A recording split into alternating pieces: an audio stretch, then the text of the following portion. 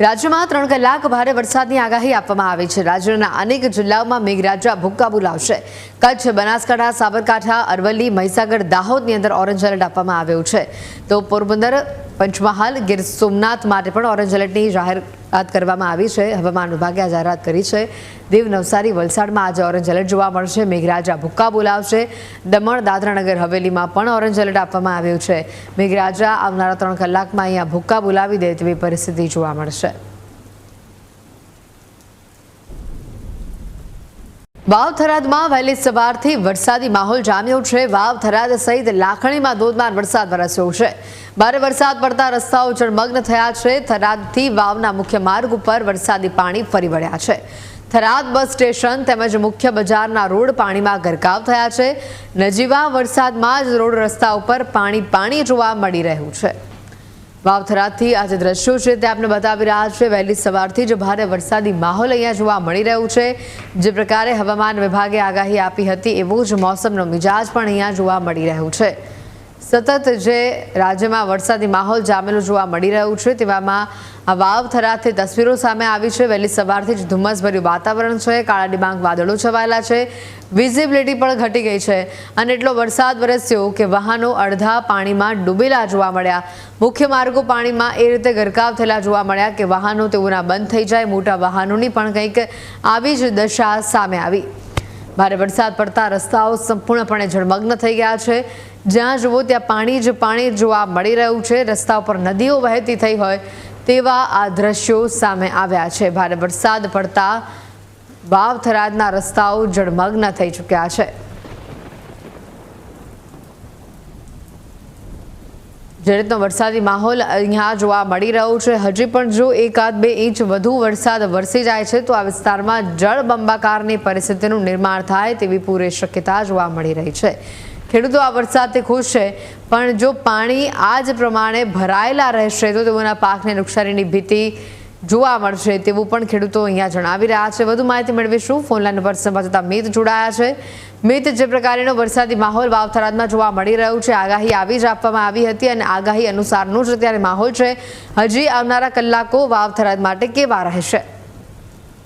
જી, એટલી જો વાત કરવામાં આવે છે વાવ થરાદ બી તો અત્યારે વહેલી સવારથી જ વરસાદનું આગમન થયું હતું ને વરસાદનું આગમન થતા જ ભારે વરસાદના કારણે જે થરાદના રોડ અને રસ્તાઓ હતા ત્યાં પણ પાણી ભરાયા હતા। થરાદથી જે મેઇન બજારનો બસ સ્ટેશન જવાનો જે મુખ્ય માર્ગ હતો તે પાણીમાં ગરકાવ થયો હતો અને સાથે સાથે જ જે થરાદથી વાવ જે મુખ્ય નેશનલ હાઈવે છે અને નેશનલ હાઈવે હમણાં જ થોડા જ સમય પહેલા નવો બનાવવામાં આવ્યો છે તે પણ પાણીમાં ગરકાવ થયો છે। એટલે કે કહી શકાય કે જો નેશનલ હાઈવે ઓથોરિટીની પણ ક્યાંક બેદરકારી સામે આવી રહી છે। સાથે જે સર્વિસ રોડો છે ત્યાં પણ ઠેર ઠેર જગ્યા ઉપર પાણી ભરાયા છે। એટલે લોકોને અત્યારે રાહદારીઓને વાહન ચાલકોને ખૂબ જ મુશ્કેલી વેઠવાનો પણ વારો આવ્યો છે અને હજુ જો વધુ વરસાદ આવશે તો થરાદ જળબંબાકારની પરિસ્થિતિ સર્જાઈ શકે છે। મિત, આભાર વિગતો બદલ।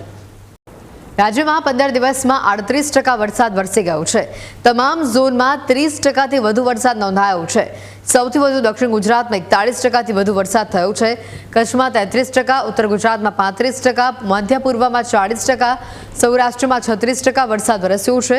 આ વરસાદના કારણે 34,703 લોકોનું સ્થળાંતર કરવાની પરિસ્થિતિ ઊભી થઈ। અત્યાર સુધીમાં વરસાદમાં ફસાયેલા 676 લોકોનું રેસ્ક્યુ કરવામાં આવ્યું છે। આ વરસાદના પગલે રાજ્યના 100 રસ્તાઓ બંધ થયા છે। રાજ્યના વિવિધ 18 ડેમો છલોછલ ભરાયેલા જોવા મળી રહ્યા છે। મેઘો મુશળધાર બનીને સમગ્ર રાજ્યમાં વરસી રહ્યો છે। સમગ્ર રાજ્યમાં જે રીતે વરસાદી પરિસ્થિતિની વાત કરીએ, ટકાવારીની વાત કરીએ તો કચ્છમાં 33%, મધ્ય પૂર્વમાં 40%, સૌરાષ્ટ્રમાં 36%, દક્ષિણ ગુજરાતમાં 41% વરસાદ નોંધાયો છે। રાજ્યમાં 15 દિવસમાં 38% જેટલો વરસાદ વરસી ગયો છે। તમામ ઝોનમાં 30%થી વધુ વરસાદ વરસ્યો હોવાની વિગતો સામે આવી છે। ગુજરાતમાં મેઘમહેર થતા જળાશયોમાં નવા નીરની આવક થઈ છે। રાજ્યના તમામ ડેમોમાં 50% પાણીનો સંગ્રહ થઈ ચૂક્યો છે। નર્મદા ડેમ 47% અને ધરોઈ ડેમ 59% ભરાયો છે। રાજ્યના 206 ડેમમાં 2,78,822 MCFT પાણીનો જથ્થો ઉપલબ્ધ છે। રાજ્યના 14 ડેમો 80%થી વધુ ભરાયેલા જોવા મળી રહ્યા છે। રાજ્યના અન્ય 18 ડેમ 70%થી વધુ ભરાયેલા છે। શેત્રુંજી સહિત રાજ્યના 21 ડેમો અત્યારે હાઈ એલર્ટ ઉપર છે। રાજ્યના 14 ડેમ એલર્ટ ઉપર છે, 18 ડેમ વોર્નિંગ સ્ટેજ ઉપર છે। રાજ્યમાં ડેમના રિપેરિંગ પાછળ અધધ રૂપિયા ખર્ચવામાં આવ્યા છે અને માત્ર 2 વર્ષમાં અધધ રૂપિયા 700 કરોડ ખર્ચાયા હોવાનું આંકડું છે। વર્ષ 2023-24માં 333 કરોડનો ખર્ચ કરવામાં આવ્યો। વર્તમાન નાણાકીય વર્ષના બજેટમાં ડેમ જળાશયોની મરામત માટે 501 કરોડની જાહેરાત કરવામાં આવી અને પ્રમાણેનો ખર્ચ કરવામાં આવ્યો। સાબરકાંઠા જિલ્લામાં ભારે વરસાદી માહોલ જામ્યો છે। પોળો જંગલમાં વનરાજી 16 કળાએ ખીલી ઉઠી છે। વણજ ડેમના આકાશે આ દ્રશ્યો સામે આવ્યા છે, જે જોઈને તમે પણ મંત્રમુગ્ધ થઈ જશો। સાબરકાંઠાના આ જે દ્રશ્યો સામે આવ્યા છે એ તમને મંત્રમુગ્ધ કરી દેશે। ચોમાસાની ઋતુમાં સાબરકાંઠાનું વાતાવરણ, પ્રકૃતિ 16 કળાએ ખીલી ઉઠી છે। સાબરકાંઠાના જે દ્રશ્યો સામે આવી રહ્યા છે, જિલ્લામાં ભારે વરસાદ વરસતા ચારેકોર લીલિયારી જોવા મળી રહી છે। વાણજ ડેમના આકાશી આ દ્રશ્યો સામે આવ્યા છે। સાબરકાંઠા જિલ્લામાં ભારે વરસાદથી એક બાજુ લીલુંછમ વાતાવરણ છે અને બીજી બાજુ ધુમ્મસથી વાતાવરણમાં ઠંડક પણ સારી એવી જોવા મળી રહી છે। ચોમાસાની ઋતુમાં ગિરનાર પર્વત 16 કળાએ ખીલી ઉઠ્યો છે। પર્વત પરના નાના ઝરણાઓ પણ ખડખડ વહેતા થયા છે। પર્વત પરથી નજર નાખતા ચારો તરફ હરિયાળી જ હરિયાળી જોવા મળી રહી છે, જેના આકાશી દ્રશ્યો સામે આવ્યા છે। પ્રકૃતિની લીલીછમ ચાદરમાં ગરવો ગઢ ગિરનાર લપટાયો છે। માઉન્ટ આબુને ભૂલાવી દે તેવા આકાશી દ્રશ્યો સામે આવ્યા છે। ચોમાસાની શરૂઆતની સાથે જ ગિરનાર લીલીછમ હરિયાળીની ચાદર ઓઢી લીધી હોય તેવા આ દ્રશ્યો સામે આવ્યા છે। પ્રવાસીઓ અને પ્રકૃતિ પ્રેમીઓ માટે આ દ્રશ્યો ખૂબ જ અદ્ભુત છે।